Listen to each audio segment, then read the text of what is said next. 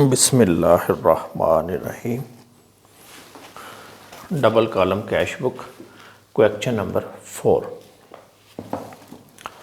From the under mentioned information right up a double column cash book and strike out the balance at the end of the month. Double column cash book बनाएं और month and पे balance निकालें।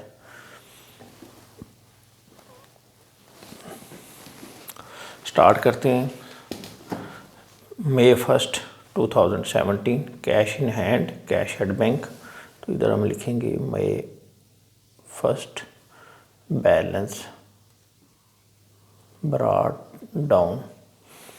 Cash का balance cash में और bank का balance bank column में।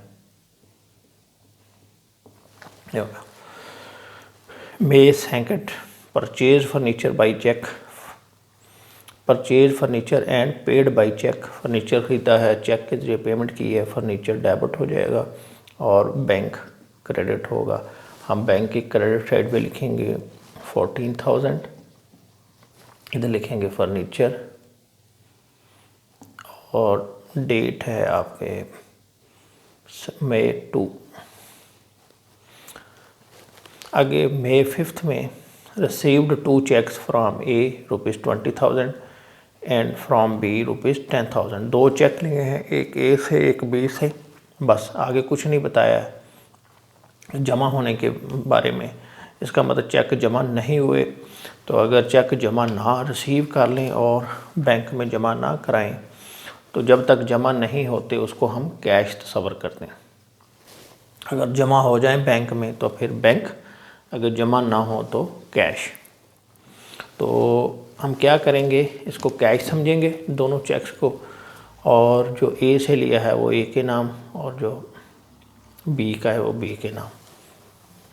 Cash debit 30,000 से,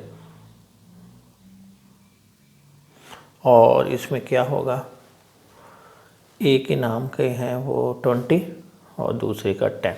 तो इसको हम ऐसे लिखेंगे अलग अलग, क्योंकि 2 अलग पार्टीज़ हैं तो 2 एंट्रियाँ पास करेंगे।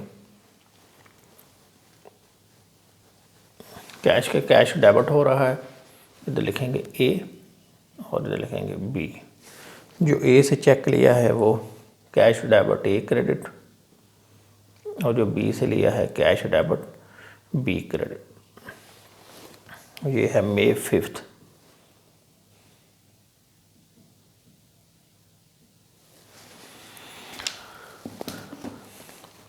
May 8 endorsed is cheque to R. A वाला चेक जो है वो हमने आर को दे दिया और बी वाला जो चेक है वो बैंक में जमा करवा दिया। तो अब इसकी भी 2 एंट्रियाँ होंगी। पहले एक ही करते हैं।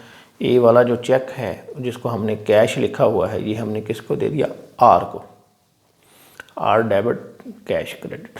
क्यों, हमने जब इसको लिखा था कैश डेबिट किया था इसी चेक को। अब वो चेक वही उठा के जब देंगे तो फिर कैश ही क्रेडिट करेंगे 20,000 से।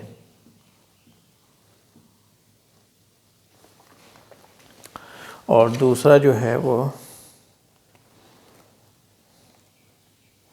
10,000 वाला वो बैंक में जमा करवा दिया, तो वो होगा बैंक डेबिट और cash credit.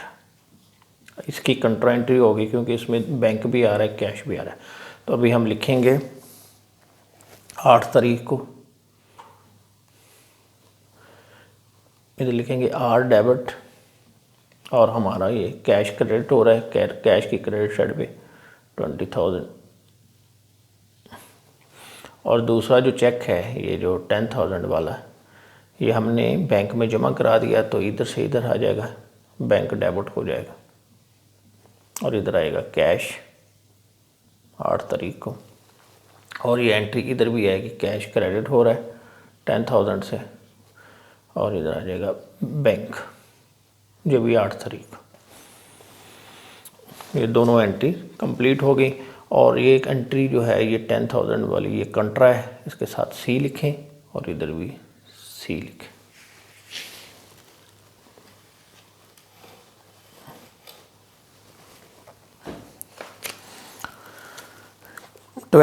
May cash purchase ₹16,000 less 5% discount goods purchase किए, परचेज डेबिट कैश क्रेडिट, और ये 5% डिस्काउंट है, ट्रेड डिस्काउंट है। 16,000 में से 5% माइनस कर दें,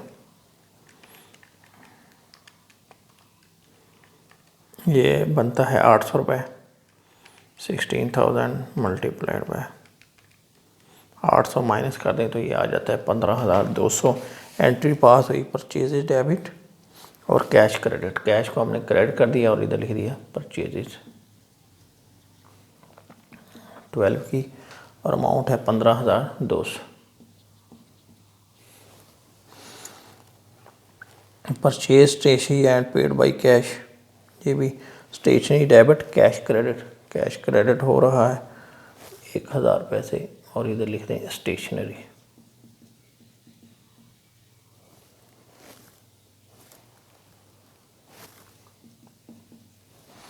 आगे 20 तारीख किया, cash sales and bank the same.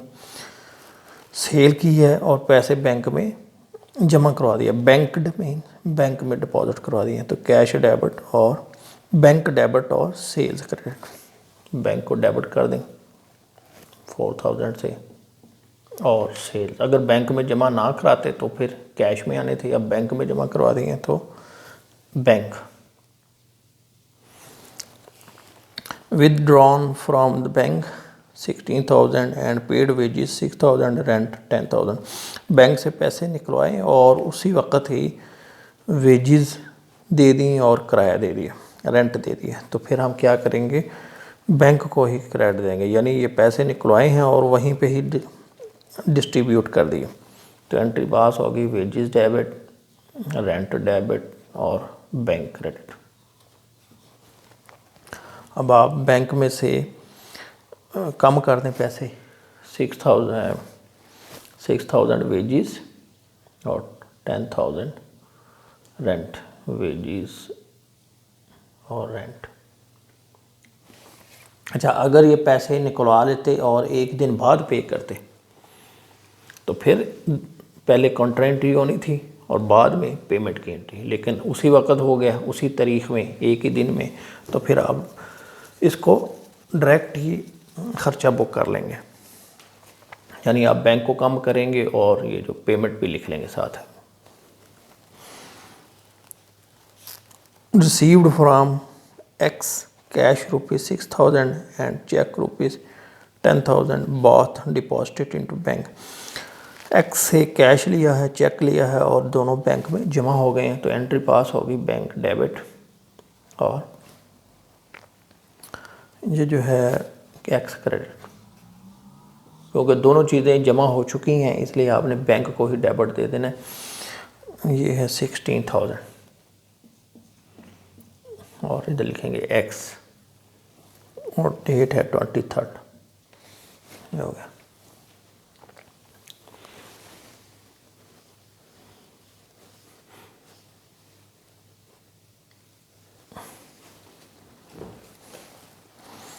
ट्वेंटी-5th received cheque for sale of old machinery and banked. Machinery बेची है और चेक लिया और चेक बैंक में भी जमा हो गया, लिखेंगे बैंक डेबिट मशीनरी क्रेडिट। तो बैंक में पैसे आ जाएंगे, जमा हो गए इस वजह से 16,000, और इधर लिखेंगे मशीनरी 25th को।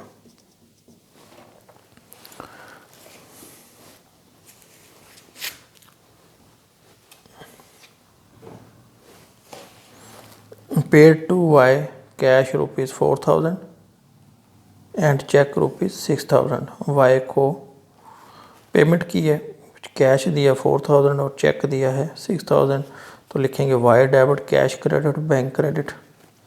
इधर लिखें आप वाई डेबिट और कैश क्रेडिट है 4,000 से, और बैंक चेक दिया है तो वो बैंक में, ठीक है। यानी एंट्री हो गई Y debit cash credit bank credit, और ये है 28 की एंट्री, और ये जो वेजेस दी हैं ये 22nd की एंट्री थी। Bank charge for commission, bank ने कमीशन काटा है, वो हमारे खाते को कम कर देगा। एंट्री होगी कमीशन डेबिट बैंक क्रेडिट, तो बैंक को कम कर लें इतने से 1000 से और इधर लिख दें कमीशन, और ये 30th की एंट्री है। एक्स चेक रिटर्न डिसऑनर, हमने एक्स से जो चेक लिया था बैंक में जमा करा दिया था ये 16,000, अब इसमें से वो चेक जो है डिसऑनर हो गया, तो हम क्या करेंगे, इसको हमने बैंक लिखा है, बैंक बढ़ा दिया था, बैंक कम कर लेंगे और जिससे वो चेक लिया था उसका नाम डेबिट कर लेंगे। एक्स से चेक लिया था, एक्स डेबिट बैंक क्रेडिट, तो इधर लिखें एक्स और वो चेक था 10,000 का और 31st, ये लेकिन तमाम एंट्री जो हैं वो कंप्लीट हो गई। अब हम इसका बैलेंस निकालेंगे, इधर लिखें